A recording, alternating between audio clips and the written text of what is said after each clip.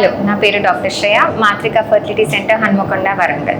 So మనం ఈరోజు మన యూరాలజిస్ట్ అండ్ ఆండ్రాలజిస్ట్ డాక్టర్ ప్రదీప్తో మాట్లాడుతున్నాం. ఆండ్రాలజిస్ట్ అంటే ఎవరైతే మనము మగవాళ్ళ ఇన్ఫర్టిలిటీని చెక్ చేస్తారో వాళ్ళని అంటాం అనమాట. సో మనకి మగవాళ్ళ వైపు నుంచి ఎంత ఇన్ఫర్టిలిటీ ఛాన్సెస్ ఉండొచ్చు? Almost 40 to 50% of fertility cases అన్నీ కూడా మగ వైపు నుంచి ప్రాబ్లమ్స్ ఉన్నవి ఉంటాయి. రైట్. సో ఎంత ఆడవాళ్ళ గుడ్డు ముఖ్యమో అంతనే మనకి మగవాళ్ళ కణం కూడా అంతే ముఖ్యం అనమాట.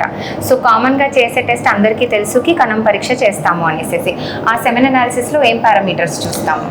మెయిన్గా సెమెన్ అనాలిసిస్లో 3 పారామీటర్స్ చెక్ చేస్తాము. ఒకటేమో కౌంట్ ఎంత ఉంది అనేది చూస్తాము, ఇంకోటి కదలిక మొటిలిటీ అంటాము, ఎంత కదులుతుంది అని చూస్తాము, ఇంకోటి నెక్స్ట్ మార్ఫాలజీ, సో షేప్ సరిగ్గా ఉందా లేదా అని చెక్ చేస్తాము.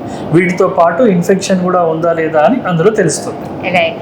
సో మనకి కౌంట్ అనేది మినిమం లెవెల్స్ 16 మిలియన్ అబవ్ ఉండాలి. మోటిలిటీ అనేది 100 కణాలలో అట్లీస్ట్ 32% ప్రోగ్రెసివ్ మోటిలిటీ అంటే ముందుకు జరుగుతున్న కణాలు ఉండాలి.